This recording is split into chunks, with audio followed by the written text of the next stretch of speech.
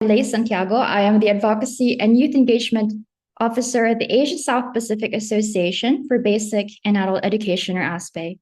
And I'm so delighted to be co-moderating the session with my colleague and friend Isra Quirino, who is the Program Assistant over the Latin American Campaign for the Right to Education, or CLADE. And we both represent the Global Campaign for Education's Youth Action Group, or YAG. Before we start, colleagues, just a few reminders. We value your contributions and encourage you to have a lively exchange in the chat box. So please go ahead and introduce yourselves on there and share your comments as we go through the session.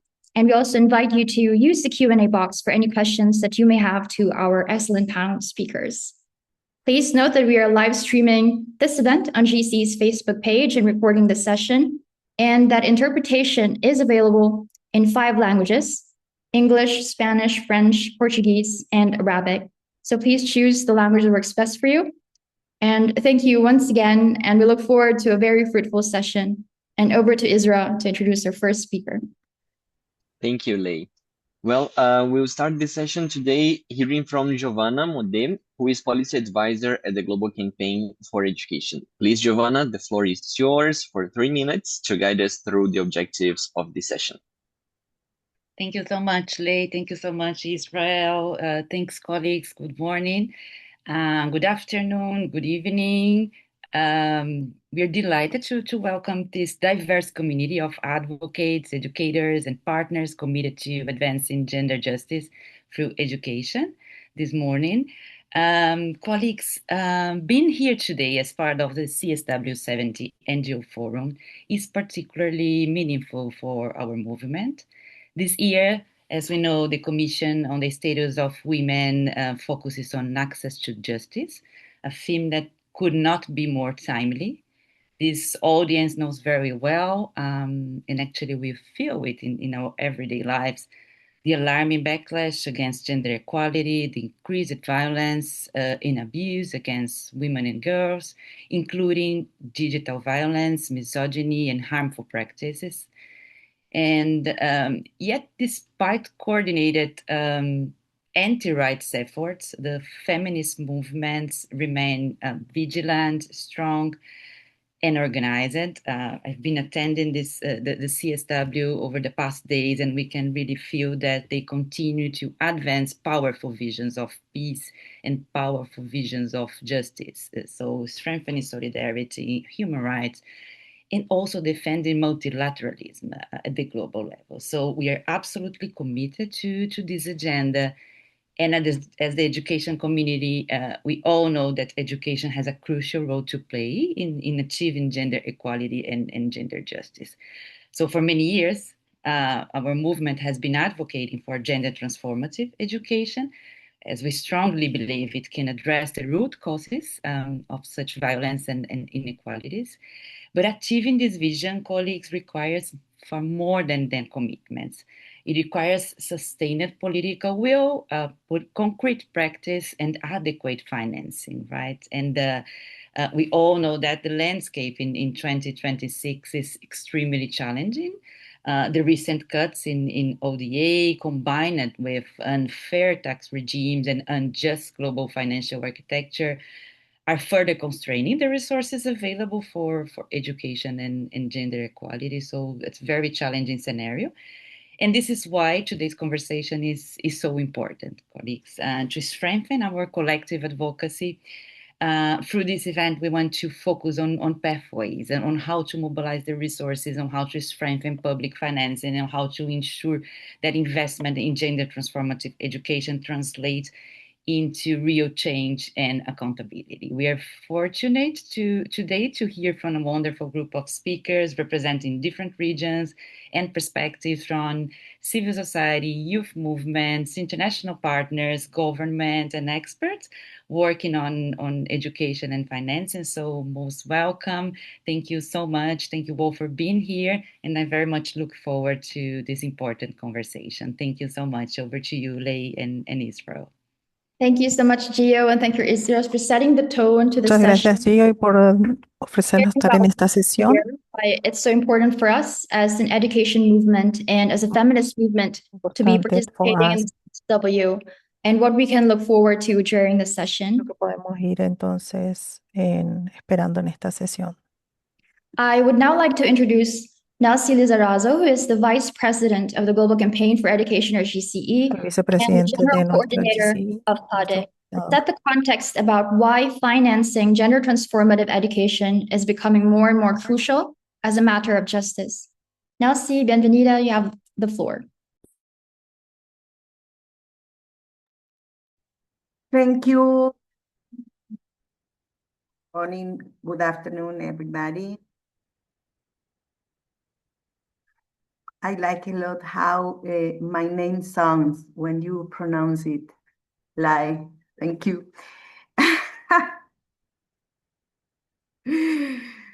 Okay, I'm going to Spanish because it's better for me.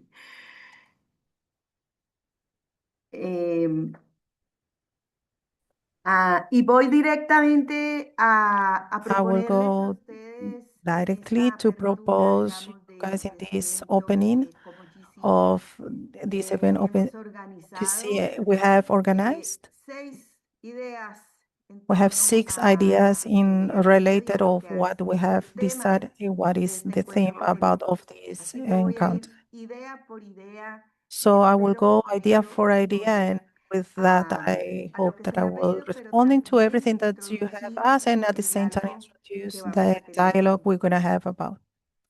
La idea número 1 en The vínculo number one con la is CSW70 the que link se está we desarrollando en have este with momento the y a la cual SSW that este we encuentro have busca developing contribuir. at this moment, and what this event No is habrá trying to justicia contribute. social There si will no hay not be justicia de género. justice if Y there no is habrá not justicia de género gender si no se justice, eliminan las and there will barreras be no estructurales gender en los justice if we sistemas don't eliminate educativos the barriers that there are in the públicos, educative especialmente systems en publicly, relación con el specifically género.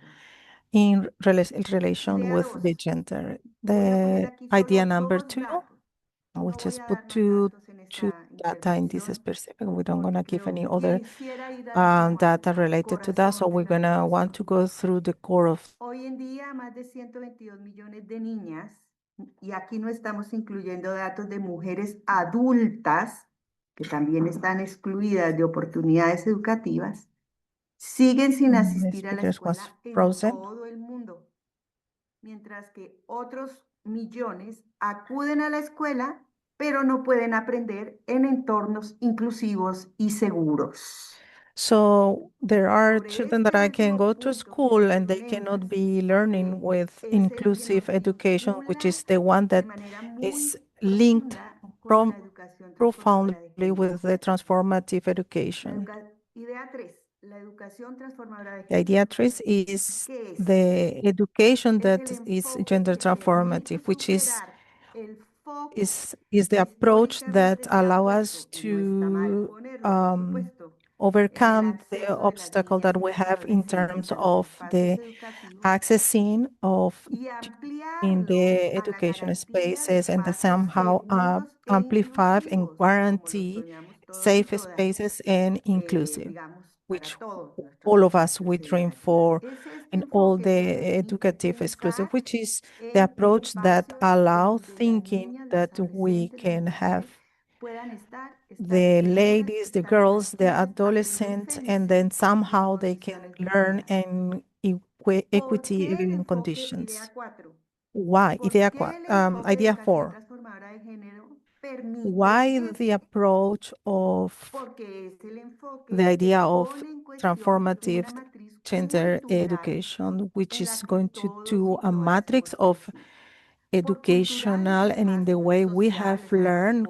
We política, talk, es if además we talk económica, cultural, es is decir, está social, politically, el economically, fondo and de lo go que somos through y the quienes hemos crecido basics en and the esta foundation in matriz which we have cultural, que es la actually matriz heteronormativa, grew in this matrix that is esa que hace que las normas y heterologically. los roles de género estén This establecidos makes y que that al the roles that were being establecerlos already se established establezcan in también somehow relaciones de established the structure, subordinación, and in de this way they poder de also unos have que son and superiores y de somehow otros que se introduce the suponen inferiores. hierarchy and Y the el enfoque subordination, de and the educación approach transformadora de of género the propone transformative formas education concretas propose superar esa matriz cultural, specific forms in de which we can transformar esa relación de overcome subordinación, de this discriminación discrimination y de system, poder del these out empleado que se han subordinations, and construido the system históricamente. in Estamos which hablando de always there is décadas, a estamos power. hablando de Estamos talking siglos, about así que decades, no estamos hablando de algo centuries. simple.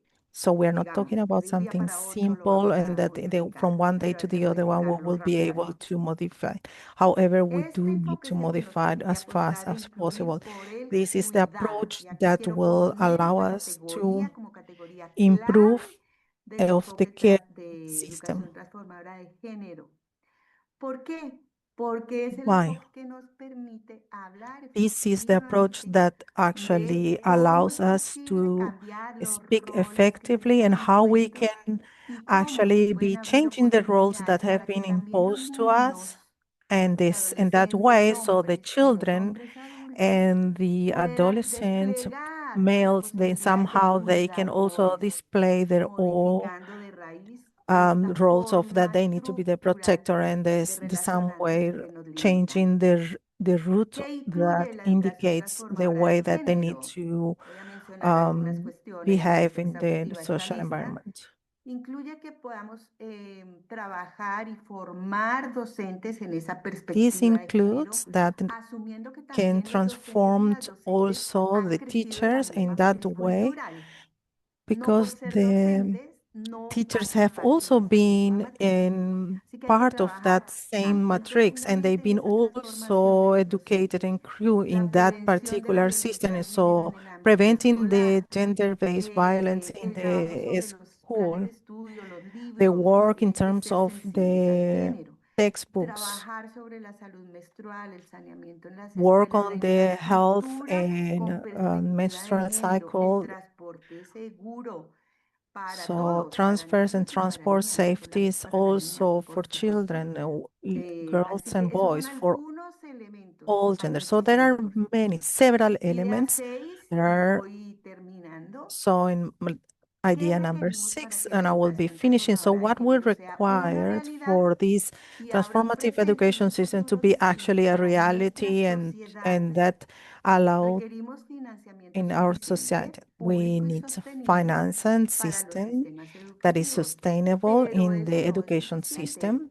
That again Necesitamos is not que el only ejercicio sufficient. We presupuestario also que se need to haga con ese understand that the financiamiento exercise sea of accesible budgeting a a nivel todos international or national y que have se pueda also to be distribuir el presupuesto con un in criterio terms of de, ok, gender with a ¿qué vamos a criteria hacer that para que las condiciones in terms para that the las niñas, para conditions las for the adolescentes, para girls, las for the mujeres y youth, for the también para la adolescents, diversidad and sexogenérica also for the sean las condiciones adecuadas? diversity, Es then pensar el we put presupuesto in con adequate mirada de conditions. género. Eso se necesita So porque si no, budgeting bueno, sí with puede haber mucho financiamiento, pero si no es approach sensible into al the género, gender no se and van a superar transformations, we estas actually need to barreras estructurales. overcome these Esa es barriers la that in primera somehow condición. exist No in voy the a hablar aquí structure de and cómo system. estamos con el tema del financiamiento, porque todos y todas I'm not sabemos mainly going to cuáles talk about dificultades what is the estamos financing enfrentando and con what el difficulties financiamiento are sostenible we y también actually sabemos experiencing cuáles son with the las salidas que estamos sustainable proponiendo, ¿no? La primera de ellas system. es la So justicia we social. also Y se need to necesita, y approach with con the esto cierro, justice.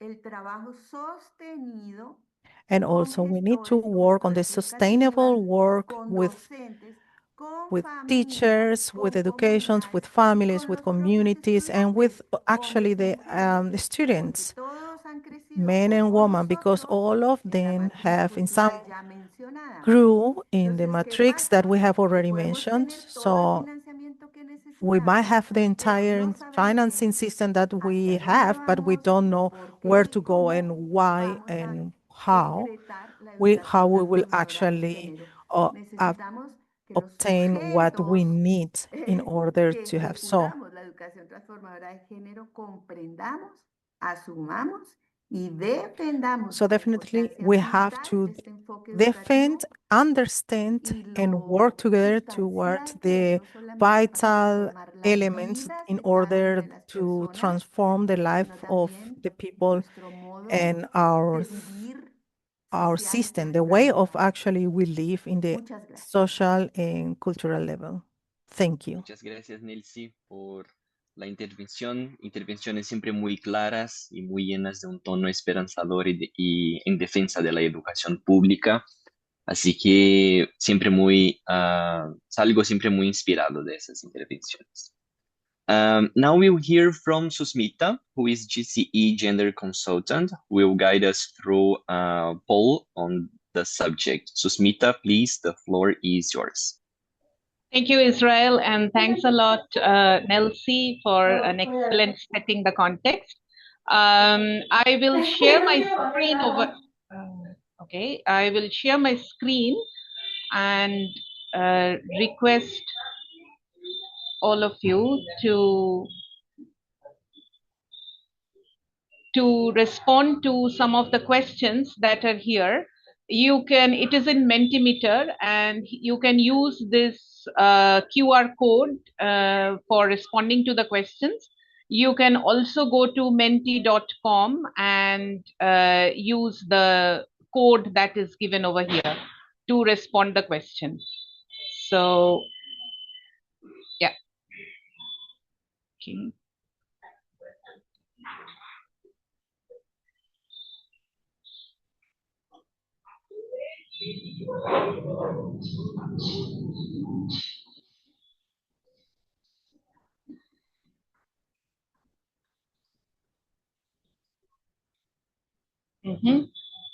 We have started getting the responses, and justice is showing up very big.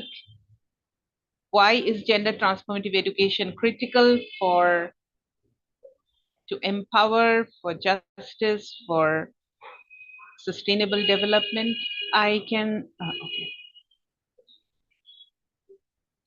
Okay.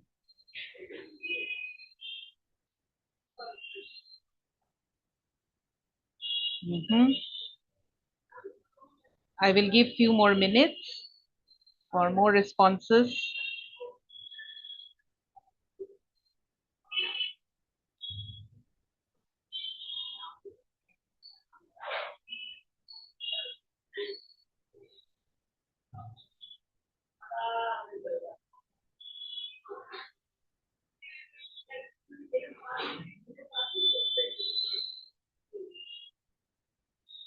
Okay.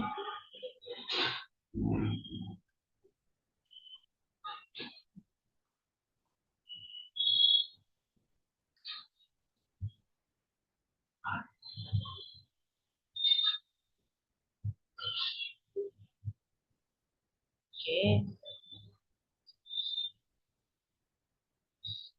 Okay, what I see is majorly what is coming up when we say why it is important to get gender transformative education, why it is so critical. What is coming majorly is empowerment, justice, equality, and inclusion. But not to forget the other areas which are all linked to each other. For example, equal opportunity, sustainable development, intergenerational dialogue, intergenerational change, and opportunities, of course, human rights and others. So from here, I will now go to the next question. Friends, if you are all ready for the next question, okay, 30, I will give 3 more chances so that we get all the 33 respondents. Okay. Okay, let's move to the next question. I know the font is small, so let me read out. Without gender transformative education, what justice gap persists? So, limited legal literacy and rights awareness, weak accountability for discrimination and violence, continued gender-based exclusion from decision making, underreporting of abuse, lack of safeguarding, all of the above.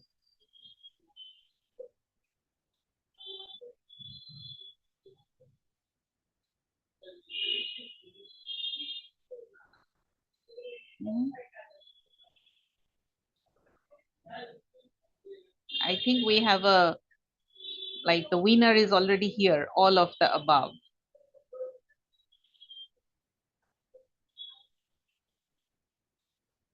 Yeah, so if we don't have gender transformative education, it means there is lack of reporting of abuse, there is weak accountability. It also includes limited or no legal literacy and rights awareness. There will be constant exclusion, gender-based exclusion in decision making, and of course, lack of safeguarding. So it's mainly like all of the above is somewhere or other linked to each other. So I think I can go to the next question from here.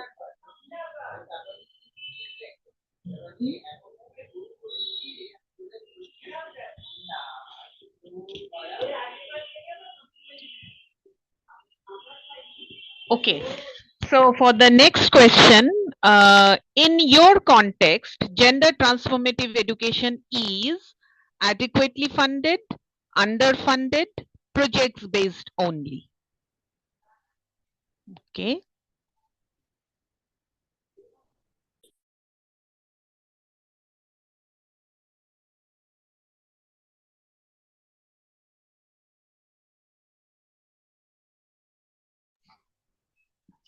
Okay.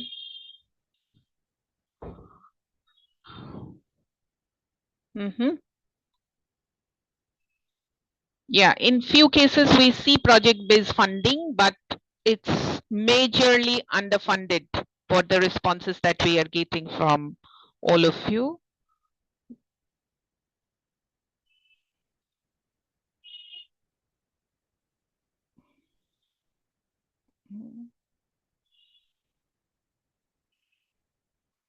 Okay.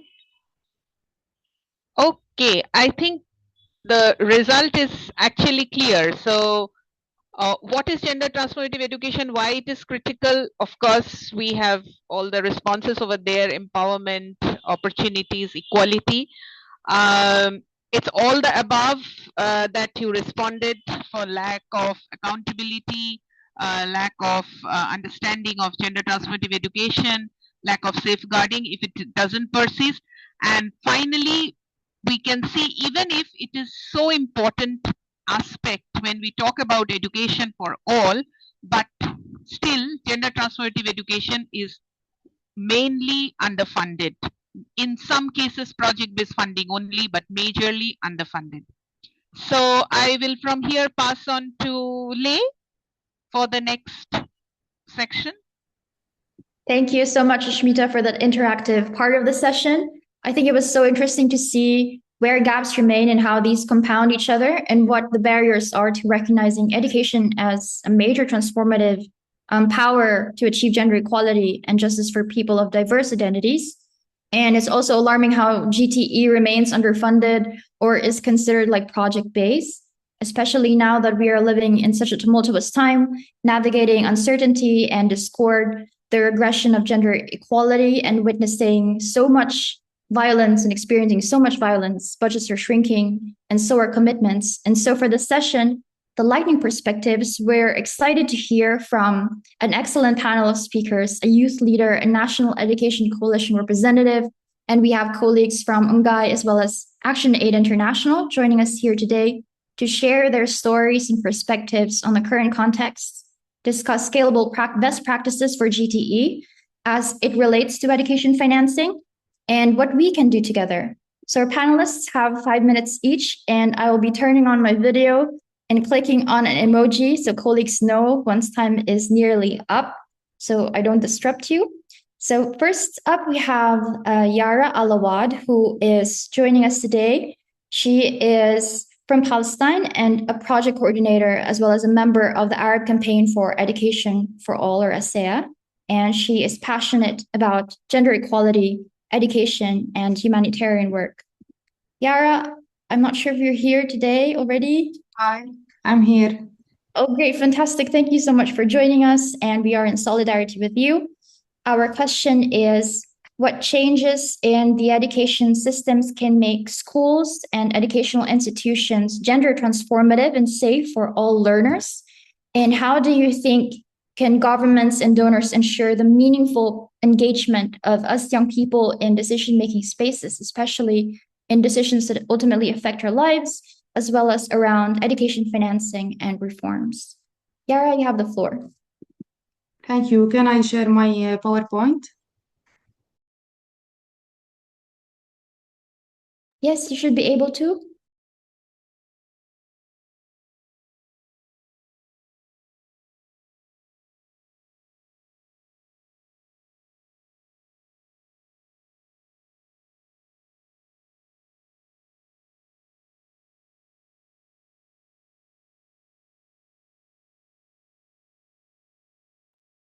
Okay. Good afternoon for everyone, and thank you for the opportunity to speak today. My name is Yara. I am from Palestine, a member of the Arab Campaign for Education for All.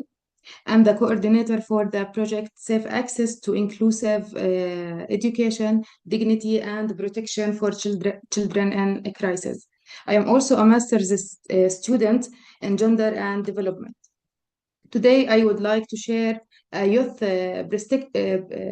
perspective from the Arab region on gender transformative education and why it is essential to ensure that young people are meaningfully involved in shaping education systems and policies. Okay.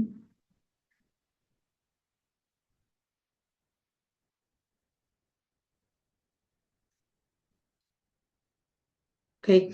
Across the Arab region today, education systems are facing serious challenges. Conflicts, displacement, economic crisis, and political instability continue to disrupt learning for millions of children and young people. Several countries in the region are currently experiencing a humanitarian crisis that directly affect education, including Palestine, Lebanon, Sudan, Somalia, and others. In many of these contexts, schools are closed or damaged, families are displaced, and education systems struggle to continue operating.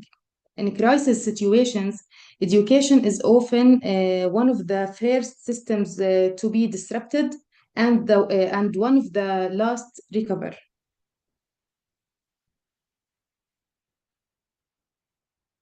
According to the UNESCO Global Education Monitoring Report 2024, around 251 million children and youth worldwide are still out of school, and many of them live in countries affected by conflict and crisis. In these contexts, girls are often the most affected when families. Okay. When families face displacement, poverty, insecurity, and restrictions on movement, girls are more likely to drop out of school. They also face additional barriers related to safety, mobility, and social expectations. This reminds us that access to education is not only about having schools or classrooms available. It's also about safety, freedom of movement, dignity, and equal opportunities. This is why gender transformative education is so important. Gender transformative education does not only focus on increasing the number of girls in school. It focuses on transforming education systems so that they address gender inequalities and create learning environments where all students can develop confidence, leadership, and critical thinking.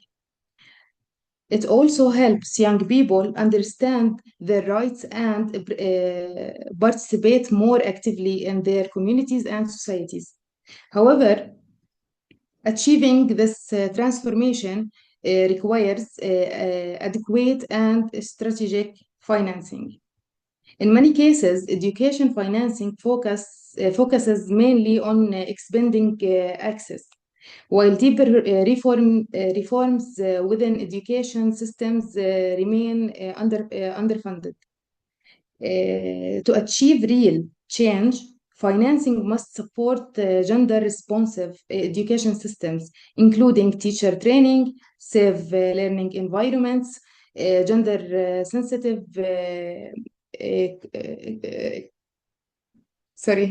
gender-sensitive curricula, and policies that address structural inequalities. In crisis contexts, there is also a need for gender-responsive emergency education financing to ensure that girls are not left behind when education systems are disrupted. Okay. At the same time, financing alone is not enough. Young people must also be meaningfully involved in shaping education policies and financing priorities. Youth participation should go beyond consultation. Young people should be included in real decision-making spaces, including discussions on education budgets, monitoring mechanisms, and accountability processes. This helps ensure that resources are used effectively and reach those who need them most. Let me conclude with 3 key messages. First, gender transformative education must be integrated into education systems, particularly in crisis and conflict-affected contexts. Second, governments and international partners must increase sustainable and predictable financing for education, including financing that supports gender responsive systems and emergency education responses. And finally, young people must be meaningfully included in education decisions-making processes, including discussions on education, financing, and accountability. Education has the potential to be one of the most powerful tools for equality and social change. But this transformation cannot happen without listening to the voices of young people. Financing gender transformative education is not only an investment in education, it is an investment in justice, dignity, and more equal future for girls and young people across our region and around the world. Thank you. Thank you so much, Yara. Let's give her a warm round of applause. And for all these to be achieved, I think we need peace. We see what is happening is not only affecting our right to education, but also our right to live, and how this also ties in with learners' safety and security, with mental health, and even just our basic needs. It would be so difficult to access education and be in a position to learn when there's a genocide, when we are displaced, and when we are just trying to survive really. And so thank you so much, Yara, and we hope to continue this conversation with you. And colleagues are invited to share your questions and comments on the chat box or even the Q&A box.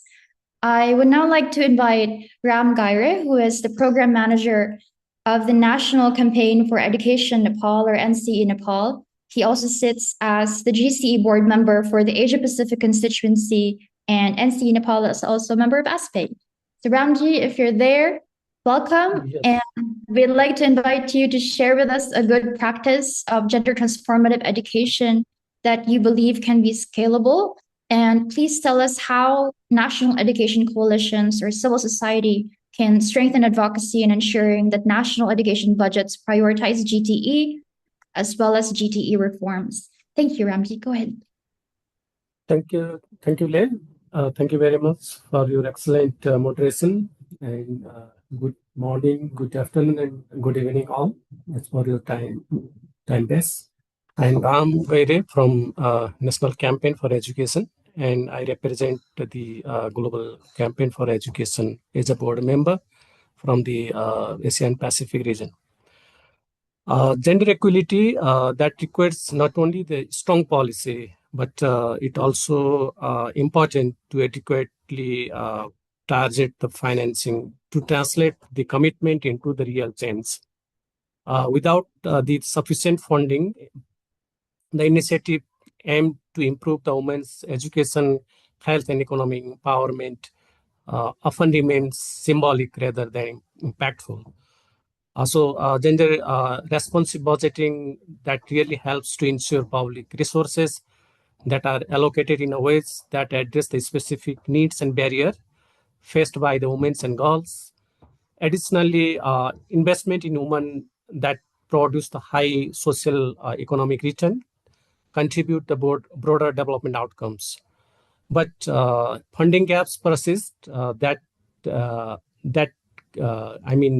keep the barriers to the women's and the girls, mainly in the low and middle income countries, that limit the progress towards the equality.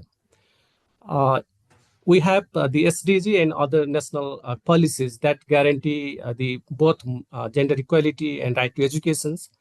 This reflects the commitment to ensure that the every child, especially the girls, they have the opportunity to learn, grow, and participate equally in the society.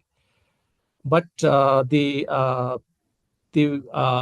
most important factors is that financing is not adequately supporting to ensure to maintain the gender equality in educations.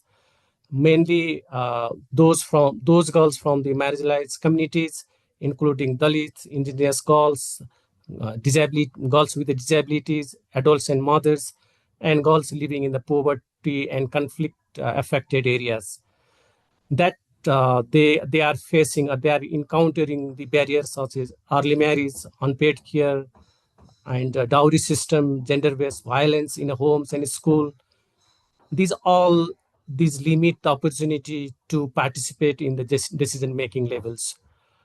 Out of the total budget, if we see that approximately 20% budget that goes directly to the gender responsive activities, but still gender responsive budgeting remains the weak across the all level and regions.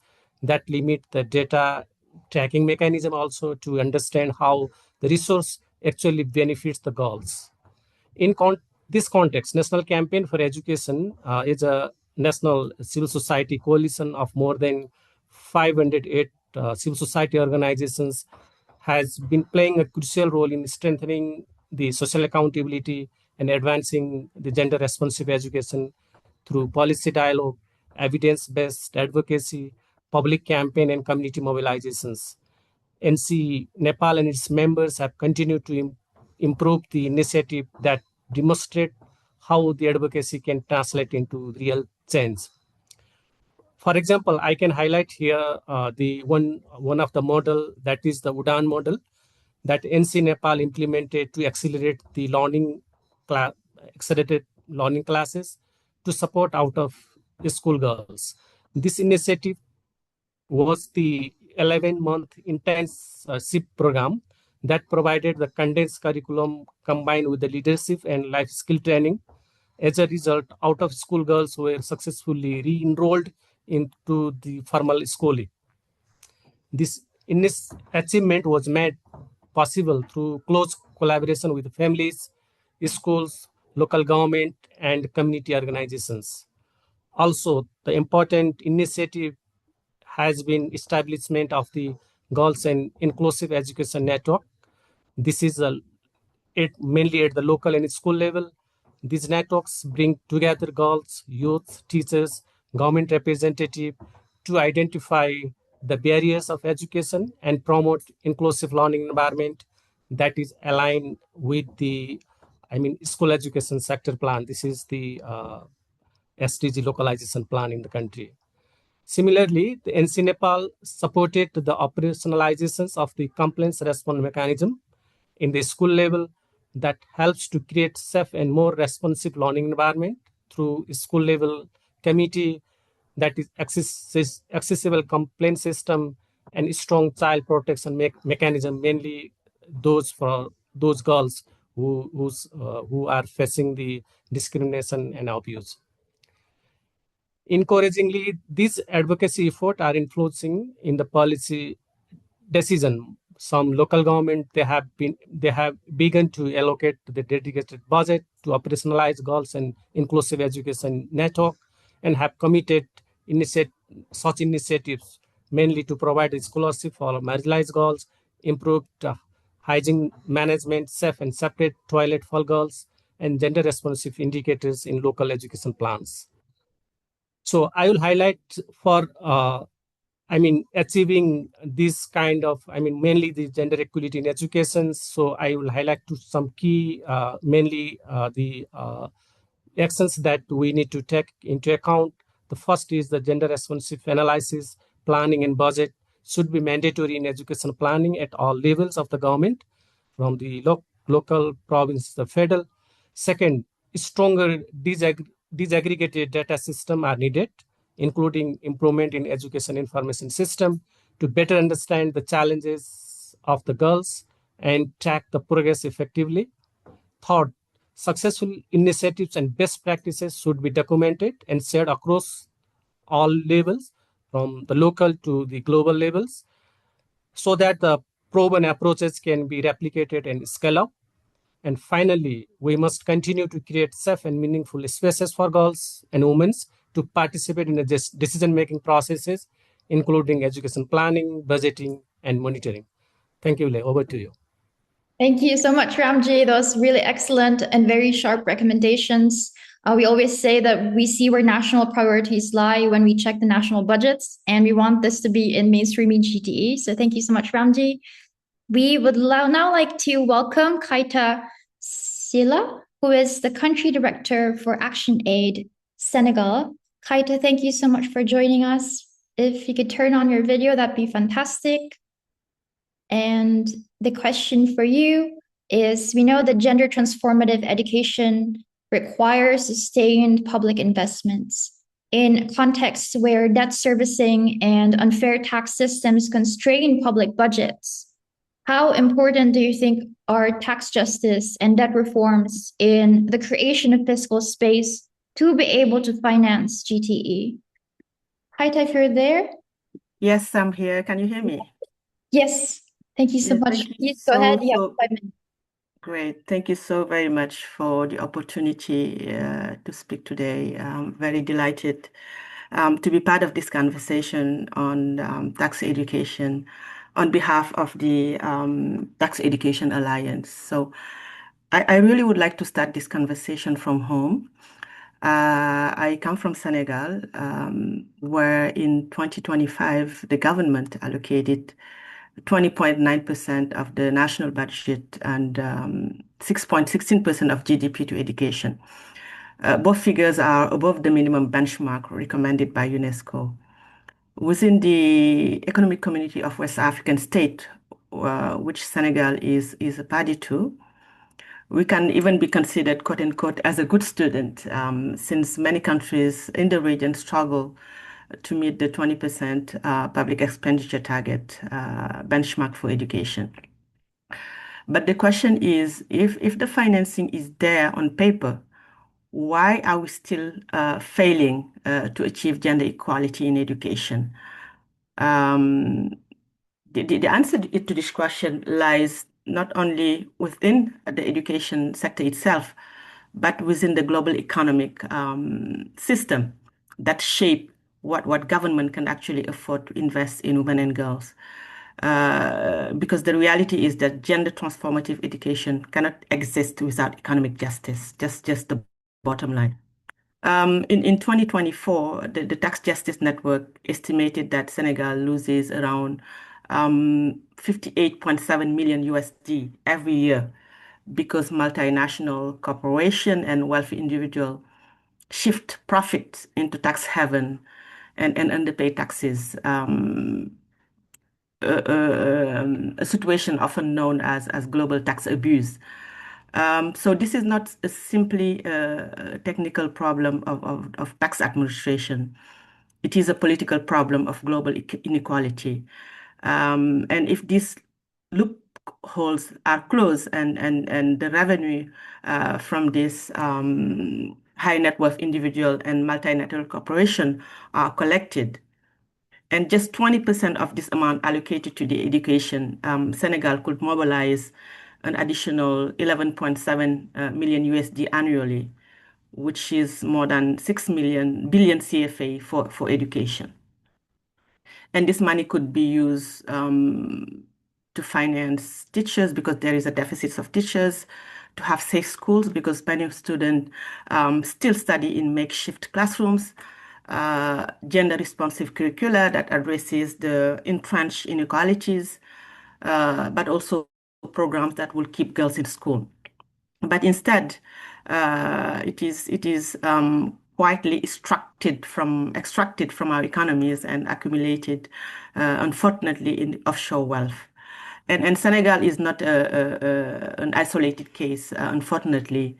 According to the same report, countries across the world loses around 492 billion USD every year to global tax abuse. In Africa alone, 7.4 billion disappears annually, USD disappears annually, and this is likely an underestimated figure. So this is not simply about loss of revenue, it is stolen possibilities. Because every hidden dollar in a tax haven will take away from building classrooms, from hiring teachers, and will also prevent a girl from accessing education. So at the same time, countries like Senegal are constrained by a growing debt burden, because I think we need to make the connection between the debt burden and the lack of investment in basic public services, including health, but also education and social protection. So in 2024, debt servicing consumed 30.1% of government revenues, representing about 20% of public expenditure and 5.3% of GDP. In other words, a significant share of public resources is flowing out of our countries rather than being invested in public services. And when countries face fiscal pressure, like is the case for Senegal right now, institutions such as the International Monetary Fund often recommend austerity measures, and we know what it means when we talk about austerity measures. It's usually cutting spending on social services of health, education, social protection, and it really limits public spending. And if there's less spending on the services, then these services are privatized, and vulnerable people who have less cannot access these services. So what it means is in reality is that we have fewer teachers. Of course, we have underpaid teachers, we have overcrowded classrooms, and weakened public education systems. So, and when it happens, we know that the policies, they do not equally affect everyone. There's disproportionately affect women and girls because when public services shrink, it is women who absorb the burden of unpaid care and girls who are more likely to drop out of school. I like to tell my friends when they wonder what is all this talk about, tax justice, tax education, and gender justice, I often like to tell them, if you're head of household and you have to make a decision of taking your girl child to school or your boy child to school, you know who's going to go to school. So this is as basic as that. That is why I think we must name the problem clearly. That is the global economic system that is not gender neutral. It thematically prioritizes debt repayment and corporate profit over the rights of women and girls. So what do we need to do? I think what can be done is that for us not to be here again in the next 5 years and talking about the same issues and limitation with regard to gender transformative education is really collaboration. A lot is already being done, and we need to continue to build on that and really break the silos of the movement on gender transformative education. And when I say this movement is education advocates, is feminist movement, is economic justice activists, we all must work together much more strategically to address this issue. Because the struggle for gender transformative education is inseparable from the struggle for tax justice and debt justice. Colleagues in the economic justice movement have been working on these issues for years now. And I think partnering with them is critical. When we collaborate with them, we can expose the full political economy of inequality and ensure that the barriers to financing education are not inevitable, but really constructed. In terms of action on tax justice, at least at the national level, I think government must close the loopholes that enable tax abuse and introduce progressive and gender-responsive tax systems. Senegal is currently reviewing its tax policies, and CSO like CAJUS and NGO like ActionAid have been part of the conversation to make sure that the new policy will be gender responsive, intersectional, and progressive, taking really into account entrenched inequalities. This also means that ensuring that wealthy individuals and multinational corporations finally pay their fair share instead of shifting the burden onto ordinary citizens and often onto women through regressive taxes and unpaid labor. So at the global level, also recommendations are underway, and ActionAid has been part of it to establish a UN framework convention on international tax corporations. I think it is important that we input in these processes and again, push our government to remain ambitious in the demand for a tax convention that not only seals the loopholes that have enabled global tax abuse, but also ensure a feminist tax convention that guarantees a fair allocation of taxing rights for countries in the global south. So I think this is really a historic moment, the UN Tax Convention framework, for us to really to influence the discussion that are happening. But this will also only be meaningful if it leads to a fair distribution of taxing right toward countries in the global south, and it explicitly recognizes that tax justice is essential for advancing human rights and gender inequality. Kaita. Yes.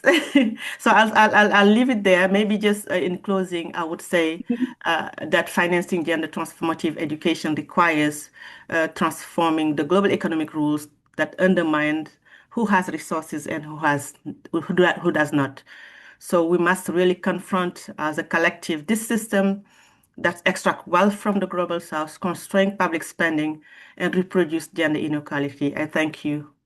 Thank you so much, Kaita. That was very powerful. And we really do hope to see a copy of your speech so we can also refer to it. And there's nothing more to be said, colleagues, because Kaita has really covered a lot of points, especially including our participation and contributions to the UN Framework Convention on Tax. So thank you so much, Kaita. A round of applause for her.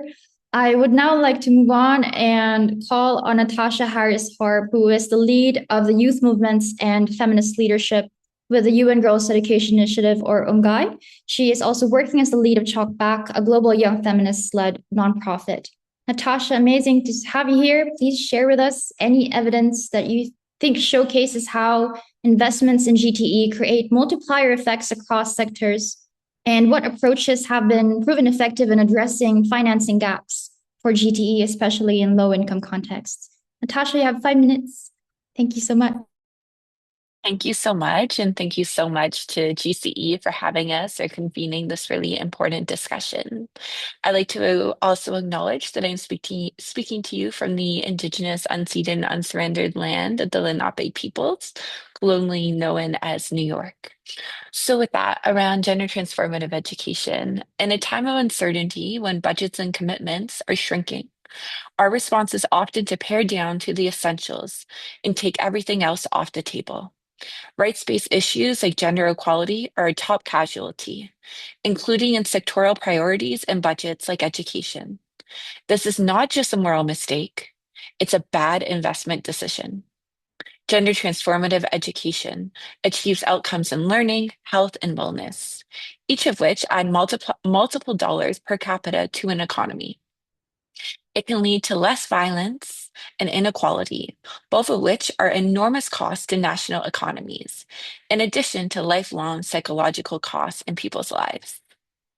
In this time of global peril, gender transformative education should not be swept off the table. It should be its centerpiece.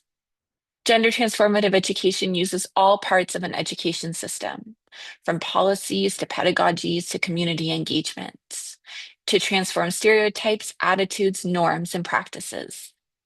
In addition to ensuring all children can learn and succeed, GTE supports children to learn crucial values of respect and equality and emerge as tolerant, nonviolent adults. Through gender transformative interventions, girls and young women are less likely to have children early, less likely to be forced into marriage, and can play an active role in the economy. Boys are more likely to communicate and engage, and less likely to be violent. GTE holds the potential to reduce conflicts by fostering critical thinking, equitable and tolerant attitudes, and encouraging open dialogue. All of these can save us from the crippling cost of war. GTE has a strong case for a high return of investment by supporting multiple results with known economic gains. And so what I've been sharing is also pulling from a brief that came from the Feminist Network Feminist Network for Gender Transformative Education, which I can link in the chat, which can also share more about really the impact and the cost of gender transformative education. And another example that I wanted to share was around the gains we've seen by getting governments to really embed gender responsive education sector planning into their ministries of education, their budgets, their plans, and their policies through GCI, which is the Gender at the Center initiatives. And lastly, I really, really want to encourage all of us to champion and practice collective action of implementing gender transformative education through intergenerational, intersectional, and cross-sectoral approach, really ensuring as well that we're meaningfully working with young feminist-led organizations to progress our joint mission of gender transformative education. Thank you, and back to you. Thank you so much, Natasha, for highlighting the importance of intergenerational conversations as well. Colleagues, I think it'd be impossible to synthesize, so I will not attempt, but please share with us over in the chat what resonated with you, what stuck with you, and what you want to highlight from the excellent interventions we've had so far. I'd like to thank our panelists for their sharp inputs, and please stay on. And I'd like to call Isra now for the fireside and the structured exchange that we're having. Isra, over to you. Thank you, Lei, and thank you to the speakers of this very insightful panel. Before starting the following panel, I would like to remind you all to share your questions by using the Q&A tool that appears at the bottom of your Zoom screen. So the main questions for this panel are how to ensure sustainable commitments to gender transformative education and how to secure financing. To reflect upon this matter, we'll hear from Edna Saúde, who is here representing the National Director of Health and Transversal Issues of the Ministry of Education from Mozambique, and also from Sally Gear, who is Practice Lead on Gender Equality and Inclusion at the Global Partnership for Education. Both of you will have 6 minutes to answer the question assigned to you. When you reach the 5-minute mark, I'll send a heart reaction so you can jump into the conclusion, and I'll also turn on my camera. Let's start with Edna Saúde. Just a quick note to our participants that have interpretation off. I'll now switch to Portuguese, so you may want to turn your interpretation on. Edna, a pergunta para você é: como os sistemas nacionais de educação podem se tornar verdadeiramente transformadores de gênero? E qual o papel do financiamento público sustentável para alcançar esse objetivo? Também, quais foram suas experiências, estratégias e desafios nesse processo? What was your challenges to achieve these challenges? And at the end, how can we can bring this approach that can collaborative, that will bring government and the government and partners nationally and in children that can become gender transformative. And then Edna, if you are there, please, from now you have the microphone. We would like to hear from you. You have, thank you. Alô? Oi, boa tarde. Boa tarde, te ouvimos. Good afternoon. Obrigada. Bom, primeiramente agradecer por este convite. Thank you so much. I would like to thank you for the invite and to be part of this webinar, which you guys are conducting now. And I would like to say, and the issue of gender transformative education is an issue that requires deep reflections, and also that's something that passes through the change of behavior, especially in the social norms. And when we look within the education sectors, we have challenges, and we look at the use of the budget, and we look at the gender perspective, and also how the content is prepared, because most of the times the issue how gender is done is sometimes we tend to put it only on women, or maybe try to tend to bring only women when we talk about gender. And why we look at the issue that the inclusion, social, and that the social justice and the issue of stereotypes that are interlinked to the education of a girl's child. Perdão de te interromper, Edna. Você consegue ativar a sua câmera? A gente ainda não te vê. Can you please turn on your camera because we can't see you? Desculpa interromper aqui, mas estava muito bem. Sorry to disturb Mas you. agora te vendo, a gente consegue até entender melhor. Pode prosseguir. Muito obrigado. Now that we can see you, we'll be able to understand you better. My apologies for that. As I was saying, besides those challenges that we have as a sector, so that we have to warrant the participation of girl and boy to the education, especially the girls. We are the more vulnerable in the issue of the social equality. I would like to say that the canon on its own, Mozambique, you can see or has a provision within the constitution the right of education to everyone without discrimination of gender, race, and much more. But also when we go exactly to the issues that were put here, maybe the national education system, how they can become prematurely. We would like to assume that the national education we that can bring or can come, especially the transformative people through the change of those of mentality. That change on mindset has to do with the mindset of gender transformative. So we have to say that as Mozambique, we have the culture that is more tend to that shows a lot of the pitfalls. We have the gender in all levels. We have the Ministry of Education, the unit of gender, and also this picture can be reflected in the district and in the provincial levels and even at school. And we have a focal point of gender in each and every school.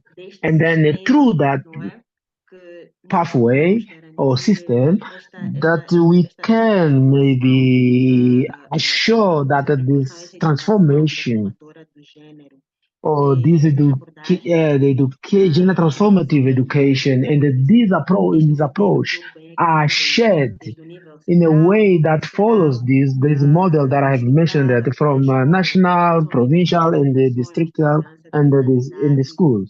And when we talk about capacity and the change of mentality on the issue of gender equality, and we always talk about gender, even when we we talk about WESA,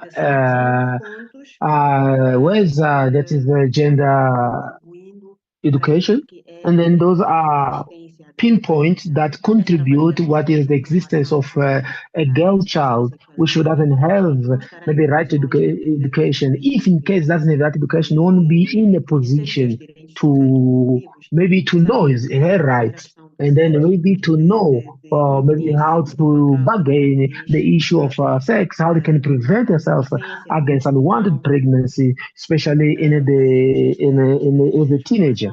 Then we do administer these trainings from the national level to the school level, and then also to have that school level. And what is the role that is placed in that objective, and what have been experienced that have been seen is it has to do with the similarity of some of the Mozambique experience, and also the public finding within the gender area. There is the need of a huge compromise, or the government coming to fund from the national to the district level.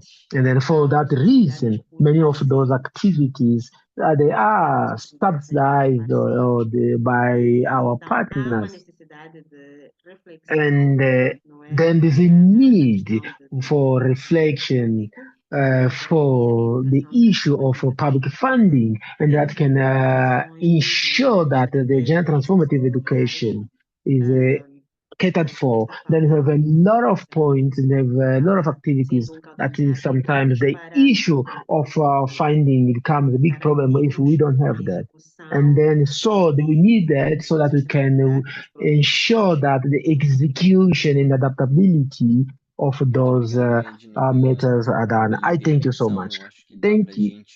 Thank you so much, Edna. And then it was really important for us to know the situation in Mozambique, especially the gender transformative education, especially when it comes in public policies or maybe on the public education. And I thank you for your intervention. The question for you is, how do we move to system level reform to deliver multi-year sustainable commitments to gender transformative education? And what are the effective ways to secure financing? Great. Thanks so much, Israel, and thank you. It's a real pleasure and honor to be at this event. And I spotted in the chat a number of GP partners, so it's great to see you all. And a really fantastic interventions before. So yeah, so as it says, so my name's Sally Gear, and I lead on the work on gender equality inclusion at the Global Partnership for Education. So really my comments are going to be more sort of at the system level, so I hope they'll be helpful, but look forward to the conversation. So in terms of the question, Israel, I think there's 3 points. The first one is, how do we deliver multi-year sustainable commitments to gender transformative education? First of all, we do have to think of the overall envelope. And I know a colleague before, and I'll come on to that and make sure what happens with that overall envelope. But the importance of education financing, both within domestic budgets and within the sort of diminishing ODA environment, so overseas development assistance environment, so internal and external finance, ensuring that education has a large chunk or a sufficient chunk of that is still really important. We know it's diminishing. We know we need to keep the advocacy both at national and global level. So that's sort of number one, just ensuring that and using those fantastic evidence set. We all now know that education is so important because it delivers high social and economic returns. Obviously, it's a complete right, but that broader economic argument. And so, I mean, part of the work the GP is doing is really working to increase the domestic budget level that's going into education, and also obviously working in campaigning to ensure that education remains a critical part of any external investment that comes in. But obviously, as we've heard before, it's not just about the volume of that finance, it's also about ensuring that it's equitably spent and efficiently spent. So that's another piece of work that we're doing at GPE is with when partner governments receive GPE finance, that is also on the understanding that that money is being spent for the girls and boys who need it most, and that includes with a very gender lens, and I'll come on to that later, and also efficiently. So thinking about school systems that are really getting frustrated and locked into repetition, deployment of teachers isn't efficient, all of those sorts of things. So, you know, within that broader pot, ensuring that's equitably and efficiently spent is a sort of overall sort of framing of ensuring that we can really use the power of education to transform gender equality. Then the second piece is on learning is that importance of making space for inclusive policy dialogue. So we know, all of you in this room, a virtual room, know that when education systems address harmful social norms, violence, exclusions, and weak pathways following education, when they address those, they deliver better outcomes for every child in that system and leaving no one behind. So this is important, and many of partners in the room that I spotted in the chat have been part of those national dialogues, the importance, and again, GP incentivise the importance of bringing in CSOs into that, really incentivising, ensuring that women and girls groups are part of that dialogue, OPDs are part of that dialogue. So creating that space to ensure that that happens. So that advocacy piece, that inclusive policy dialogue, none of this will happen without that. And we also, so the third sort of element that I wanted to highlight is the importance of accountability and monitoring. So ensuring that EMIS systems are really showing that can provide intersectional data. So definitely sex disaggregation, we've heard of that before, but intersecting that with other forms of disadvantage on geography, poverty, so we can really identify policy making that is very tailored and targeted to the specific needs. And as we know, that when we put all of these intersectional factors together, very often and mostly it's the girls living in the marginalised areas who are being left behind, that understanding that those policies need to be able to address the different elements of barriers that are within that. And part of that, so in terms of sort of the accountability piece and monitoring, that's an area that GP is moving towards in our new strategy. I hope you'll have had a chance to look at that. So really focusing down on ensuring that there's that follow through to results, but who is benefiting is a key part of that results framework. So in terms of the sort of framing of that, looking at access within and through education. So we know we've all seen the new out of school numbers that are showing an increase in out of school girls and boys. There's different reasons why girls and boys are out of school and really focusing on that. But obviously when girls and boys get into school, thinking about how we address gender-based violence, how gender inequality can be perpetuated by teaching systems that aren't inclusive, looking at curricula, school leadership, all of those aspects, and then ensuring that when girls and boys leave school, they have the opportunity to get a job, a career, or working in an area that is open to them and what they want to do with their lives. So we're not reinforcing those gender norms, shaping aspirations.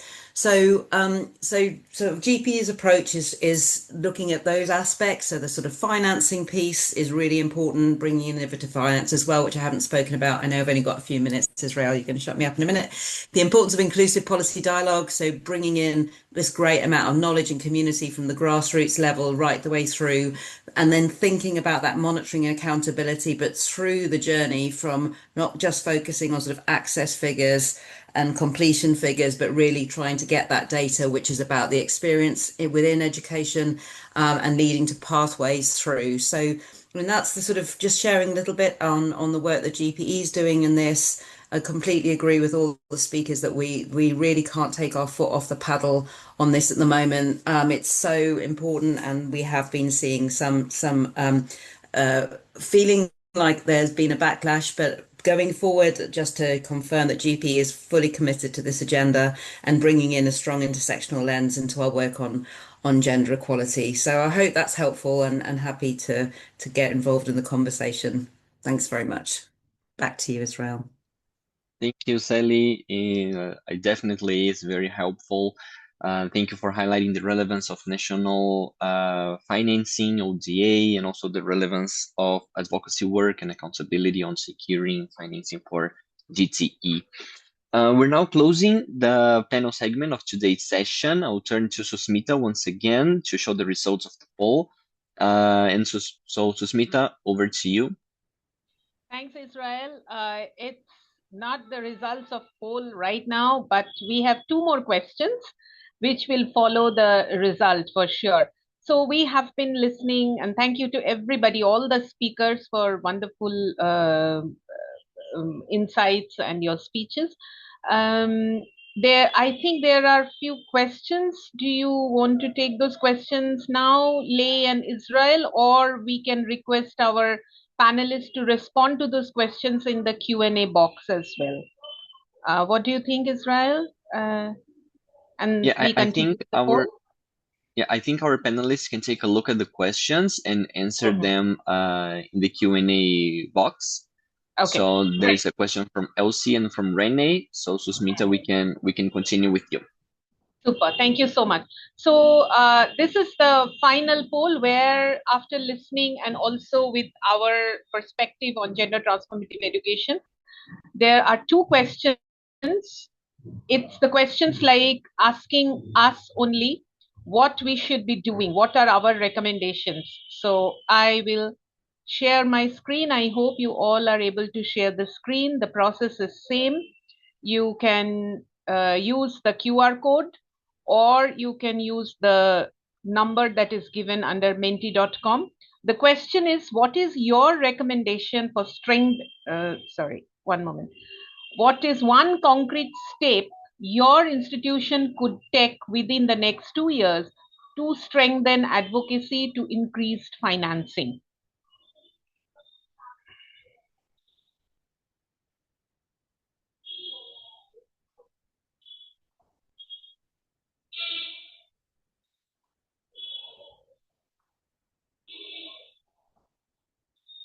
Okay. Yes, something to think, and then only can start responding, I know. What is one concrete step your institution could take within the next 24 months to strengthen advocacy for increased financing on gender transformative education?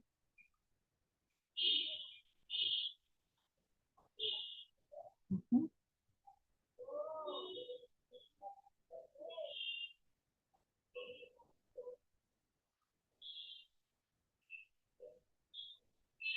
Mhm.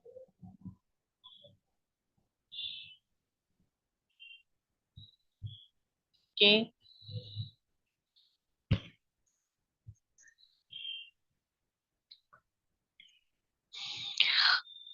We can also refer to our speakers' insights.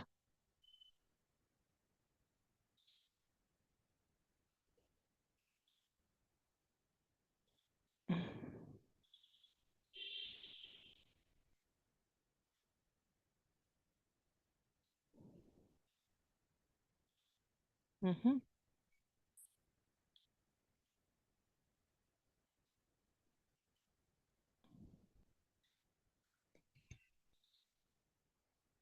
Okay. I'm sure several things are there in your mind, but let's.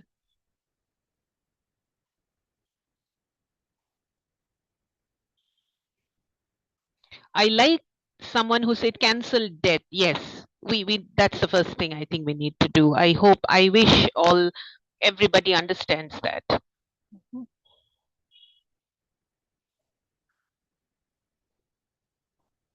Mm-hmm.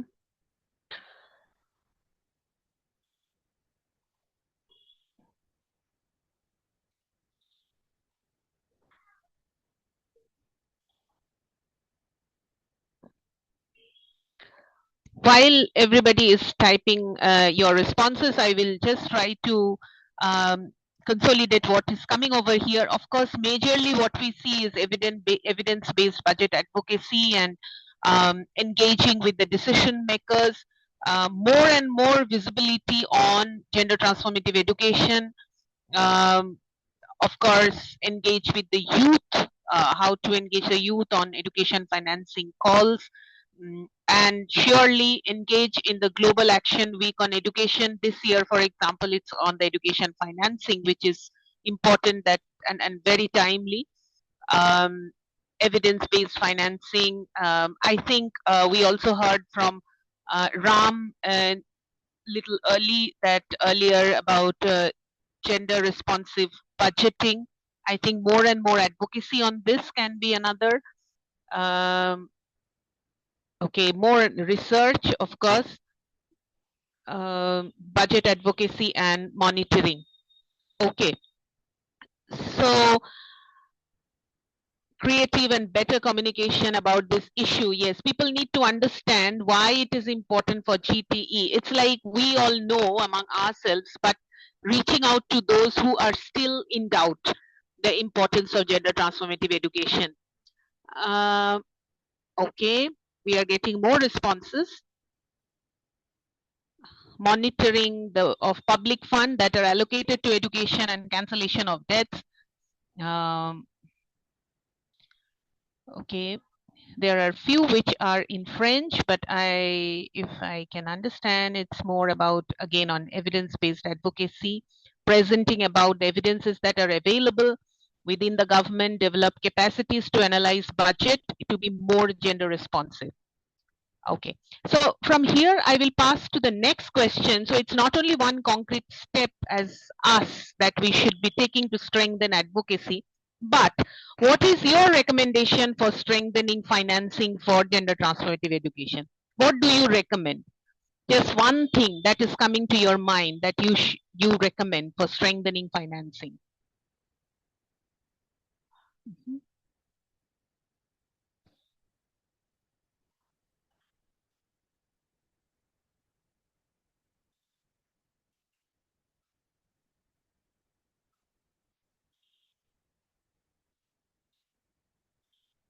Yeah, breaking the silos.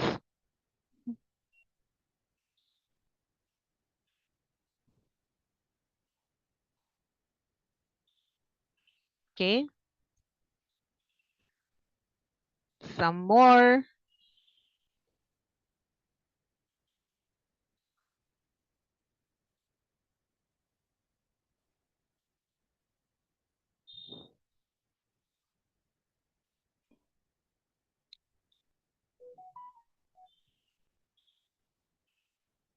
Mhm. Yeah. So we are getting the responses like, of course, working more on tax justices, raising awareness within the governments to increase public financing, gender sensitive budgets, gender responsive budget, breaking the silos, as Natasha says, that intergenerational cross-sectoral work, working with the gender sector and economic justice movements, accountability, creation of alliances. Yes, we cannot do it alone. We need everybody together. Establish a dedicated fundraising and advocacy unit focused on high impact donor engagement.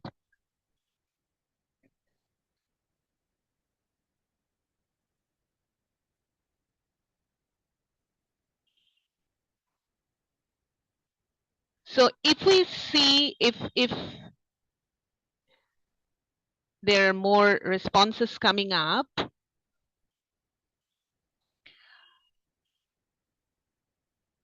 okay, I think many have, okay, just give me a moment. Increase budget allocation through,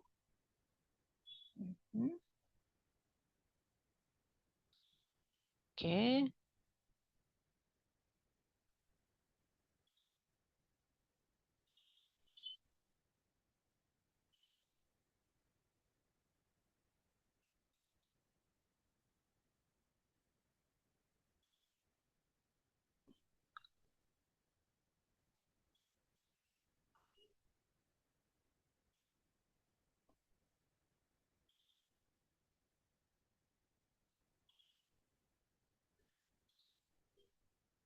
Okay. So I think I'm going to stop over here, but the poll will be open for some more time, and you can always share your responses over here. What just to wrap up from these two responses that we got from the poll is more and more on the gender responsive budgeting, more and more focus on evidence-based advocacy. And because we all understand that transforming global economic rules and to addressing the system. And as I think all of us together, we believe that when funding flows, education grows. So transforming education, it requires a smart investment. And it's very important that everybody understands, and it's our also work as an advocate, that we ensure that investment in equitable public education systems, allocating resources specifically on gender equality initiatives. And for that, as somebody has said, that creating alliances, we work together as a group to address this system. So thank you, and over to Israel. Thank you, Susmita. While our panelists turn their camera on so we can take a very beautiful group picture, I will call Giovanna to present the final remarks. Please, Giovanna, the floor is yours.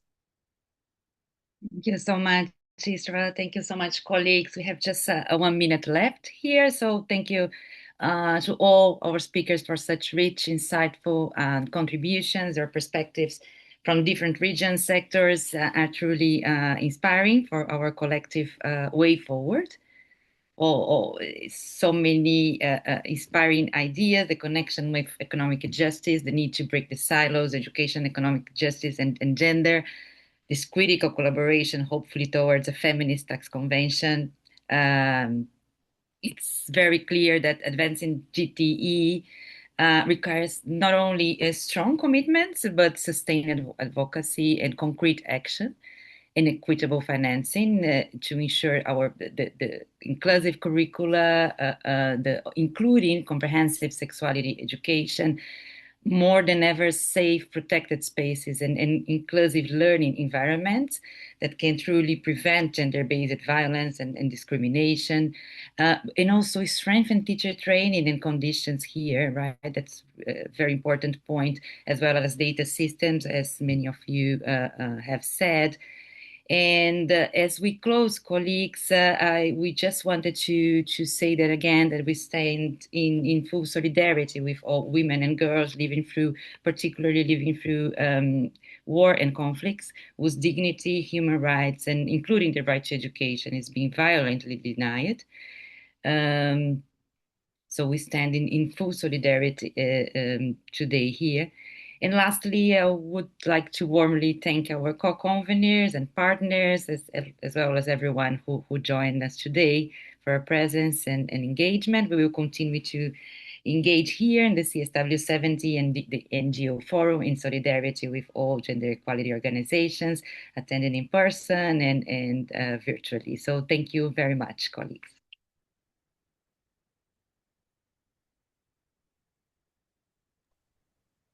Thank you, Gio. To close this session, I will ask once again our panelists to open their cameras. Don't feel shy. I'd like to thank our speakers, the GCE, also for the organization, our interpreters, and finally our participants in today's event. If you're interested in the discussion, you can find more information on campaignforeducation.org, that's GCE website, or by searching Global Campaign for Education on social media. We are approaching the Global Election Week for Education, which will have the theme on education financing, and you don't want to miss on that. Thank you once again, and have a lovely day.